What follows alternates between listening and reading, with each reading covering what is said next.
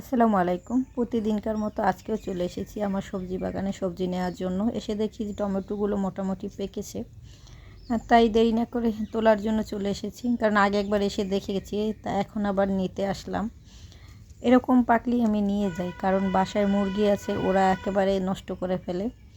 আর যেহেতু কোনো সার টার দেওয়া হয় না, পোকা মারার কোনো ওষুধও দেওয়া হয় না, তার জন্য এগুলো এরকম একটু ছোট ছোটই হয়, তবে খেতে কিন্তু অনেক ভালো।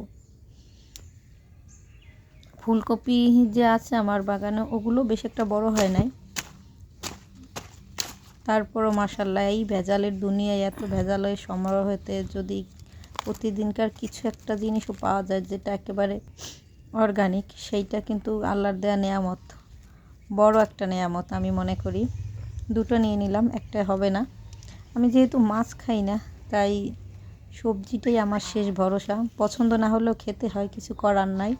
মরিচগুলো কালকে এসেছিলাম, তখন কিছু নিয়ে গেছি, আর কিছু আছে। এই মরিচগুলো না খেতে অনেক মজা, কালো কালো, কিন্তু আলাদা একটা স্মেল আছে, বোম্বাই মরিচের মতো।